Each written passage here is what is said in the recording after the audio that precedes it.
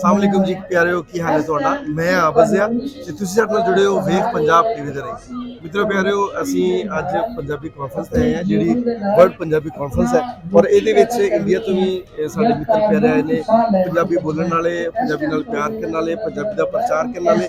ते होर भी बहुत सारे मुल्कां चों आए ने एक सानू मुटियार वेखण नूं लगदी है कि इन्हां नूं मैं सैशन सुन के आया ते ओह जिन्हां दी स्माइल दी भी गल्लां हो रही तुसीं भी वेख रहे हो ते वेखण नूं देखो किड्डी सोहनी मुटियार है। मैं कहना कि जर्नलिस्ट ने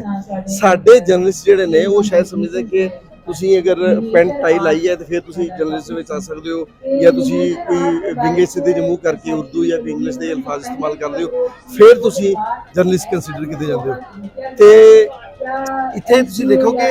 सादा कपड़िਆਂ ਦੇ ਵਿੱਚ पंजाब ਦੇ कल्चर ਨੂੰ रिप्रेजेंट करते हुए साडे नाल जी है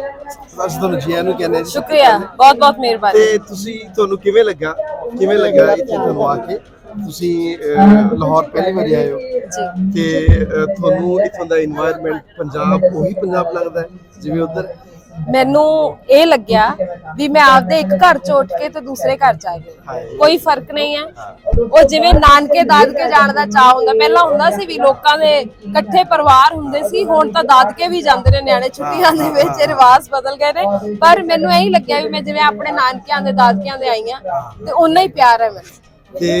ਜਰਨਲਿਜ਼ਮ ਤੁਸੀਂ ਅੱਗੇ ਅੰਦਰ ਬੈਠੇ ਗਿਆ ਸਾਡੇ ਵਿਊਅਰਸ ਨੂੰ ਦੱਸੋ ਕਿ ਪੰਜਾਬੀ ਵੱਲ ਕਿਉਂ ਆਉਣਾ ਚਾਹੀਦਾ ਇਹਦੀ ਕਿਉਂ ਨਹੀਂ ਲੋੜ ਹੈ ਕਿਉਂਕਿ ਪੰਜਾਬੀ ਸਾਡੀ ਮਾਂ ਬੋਲੀ ਹੈ ਅਸੀਂ ਅਕਸਰ ਇਹ ਗੱਲ ਕਹਿੰਦੇ ਆ ਇਹ ਉਹ ਬੋਲੀ ਹੈ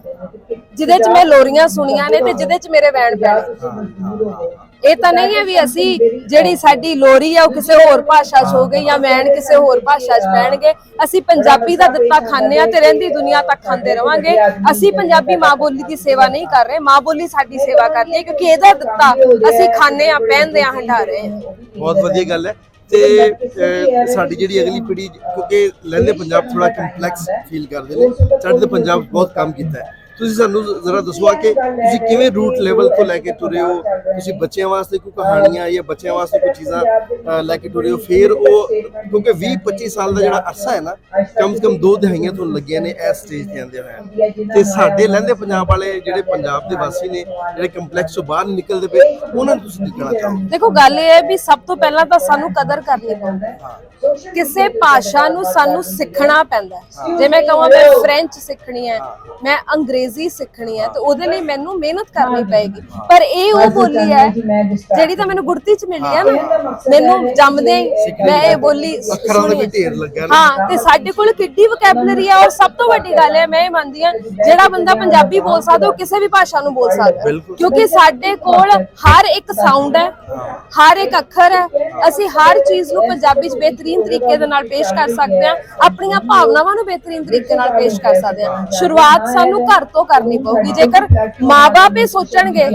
ਵੀ ਇਹ ਭਾਸ਼ਾ ਨਹੀਂ ਬੋਲਣੀ ਇਹ ਕੰਪਲੈਕਸ ਹੈ ਤੇ ਬੱਚਾ ਕਦੇ ਨਹੀਂ ਉੱਧਰ ਜਾਏਗਾ ਹੈ ਨਾ ਇਹ ਜੜ ਜਿਹੜੀ ਘਰ ਤੋਂ ਲਾਉਣੀ ਪਏਗੀ ਸਾਨੂੰ ਮਾਣ ਹੋਣਾ ਚਾਹੀਦਾ ਇਸ ਬੋਲੀ ਦੇ ਉੱਪਰ ਸਾਨੂੰ ਅਸੀਂ ਇਸ ਬੋਲੀ ਦਾ ਦਿੱਤਾ ਖਾਣੇ ਜਿਵੇਂ ਮੈਂ ਪਹਿਲਾਂ ਕਿਹਾ ਸੋ ਇਹ ਘਰ ਤੋਂ ਸ਼ੁਰੂਆਤ ਕਰੀਏ ਬਾਕੀ ਭਾਸ਼ਾਵਾਂ ਅਸੀਂ ਅਕਸਰ ਇਹ ਗੱਲ ਸੁਣਦੇ ਹਾਂ ਕਿ ਬਾਕੀ ਭਾਸ਼ਾਵਾਂ ਸਿੱਖ ਲਈਏ ਪੰਜਾਬੀ ਕੋਈ ਨਹੀਂ ਆ ਜਾਊਗੀ